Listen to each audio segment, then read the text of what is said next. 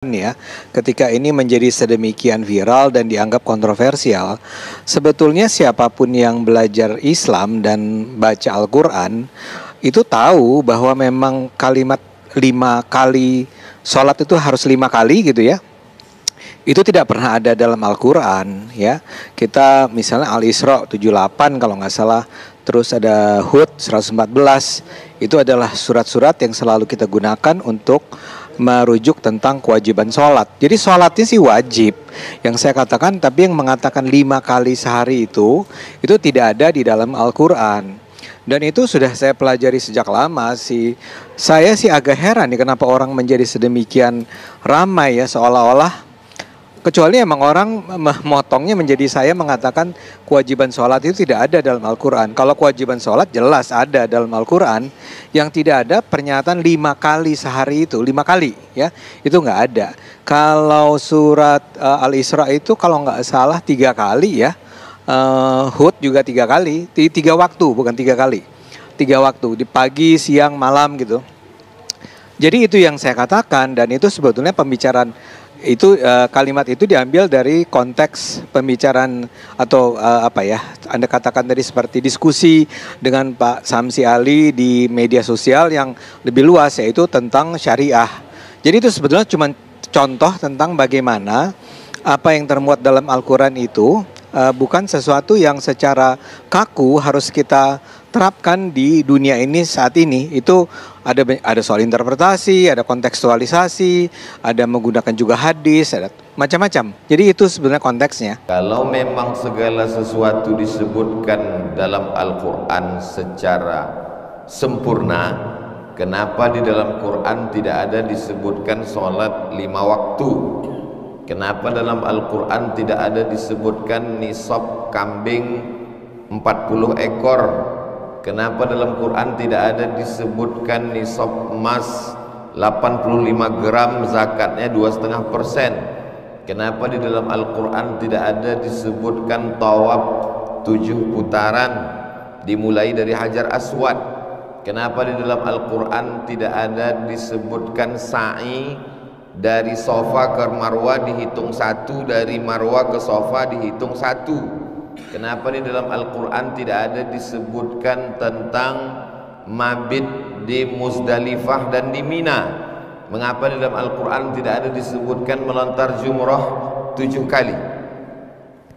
Makna ma farratna fil kitabi min syai', kami sebutkan dalam Al-Quran segala sesuatu, maksudnya secara global. Adapun secara detailnya disebutkan juga dalam Al-Quran, wa ma atakumur rasulu fakhudhuhu, apa yang dibawa oleh Rasulullah SAW ambillah, maksudnya sunnah. Wa ma nahakum anhu fantahu, apa yang ditinggalkan oleh Rasulullah SAW fantahu, tinggalkanlah, maksudnya sunnah.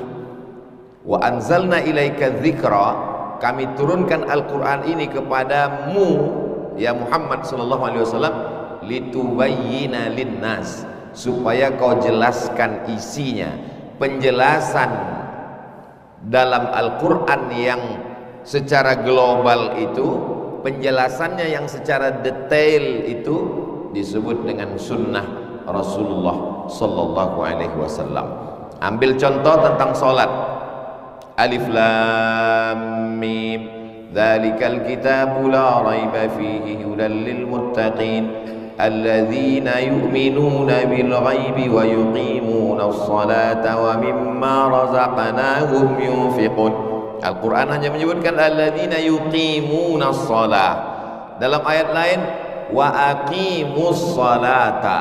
Dalam ayat lain aqimis salata li dzikri. Tak ada disebutkan sholat 5 waktu.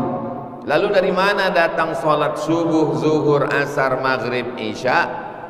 Perbuatan yang dilakukan Nabi SAW selama sepakat 10 tahun di kota Al-Madinah Al-Munawwarah. Dilakukan oleh Nabi, dilihat oleh sahabat, dilakukan oleh sahabat, dilanjutkan oleh tabi'in, diteruskan tabi'in, sampailah kepada umat Islam hari ini secara mutawatir. Kalau dilakukan oleh satu orang namanya ahad, dilakukan oleh dua orang namanya aziz, dilakukan oleh tiga orang namanya masyhur, dilakukan oleh 4 orang, 10 orang, 100 orang, 300 orang, yang orang-orang itu mustahil untuk berdusta, maka disebut dalam ilmu hadis dengan istilah mutawatir. Ma rawahu jam'un an jam'in, diriwayatkan oleh sekelompok orang, bukan satu, bukan dua, bukan tiga, tapi sekelompok, artinya lebih dari 3, 4, 10, 30, 40, 300. Ma rawahu jam'un, diriwayatkan oleh sekelompok orang, an jam'in, dari sekelompok orang, yastahilu tawatuhum alal kadhib, yang mereka itu mustahil berdusta.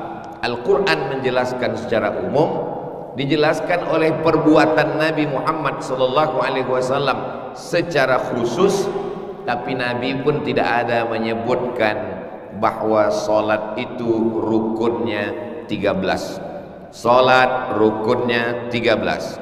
Rukun yang pertama adalah niat, rukun yang kedua adalah membaca Al-Fatihah. Nabi tidak ada jelaskan itu, dalam Al-Quran tidak ada, dalam hadis Nabi pun tidak ada. Lalu ulama menyusun. Dari mana mereka menetapkan bahwa niat itu adalah rukun? Innamal a'malu binniyat wa innamal likulli imri'in ma nawa. Faman kanat hijratuhu ila Allah wa rasulih fa hijratuhu ila Allah wa rasulih. Faman kanat hijratuhu ila dunya yusibuha aw imra'atin yankihuha fa hijratuhu ila ma hajara ilaih. Siapa yang hijrahnya. Tapi hadis ini bukan tentang sholat, hadis ini tentang niat hijrah. Orang mau hijrah dari kota Makkah ke kota Madinah, kata Nabi niatnya mesti karena Allah. Hadis tentang hijrah, tapi hadis niat itu dijadikan dalil sebagai rukun dalam sholat, dalam puasa, dalam haji, dalam umrah, dalam zakat, dalam sedekah, dalam segala perbuatan manusia. Dari mana Al-Fatihah dijadikan sebagai rukun dalam salat? La salata liman lam yaqra bi Fatihatil kitab. Tidak sah salat orang yang tidak membaca Al-Fatihah. Maka hadis ini dijadikan dasar bahwa Al-Fatihah adalah sebagai rukun salat. Saya mau urutkan lagi dari atas. Al-Quran menyebutkan secara global, secara umum, disebutkan secara detail dalam perbuatan Nabi, ucapan Nabi, ketetapan Nabi. Lebih detail lagi secara terperinci disebutkan oleh para ulama yang disebut dengan ulama mazhab. Muhammad bin Idris Asy-Syafi'i tahun 204 Hijrah. Sebelumnya ada Imam Malik bin Anas tahun 179 Hijrah. Sebelumnya lagi ada namanya Imam Abu Hanifah atau Imam Hanafi tahun 150 Hijrah. Setelah Imam Syafi'i ada lagi namanya Imam Ahmad bin Hambal di Baghdad tahun 241 Hijrah. Jadi kalau kita runutkan dari atas, Al-Quran secara global, penjelasan dalam hadis Nabi, ucapan, perbuatan, ketetapan, lebih detail lagi secara terperinci, secara sistematis dijelaskan.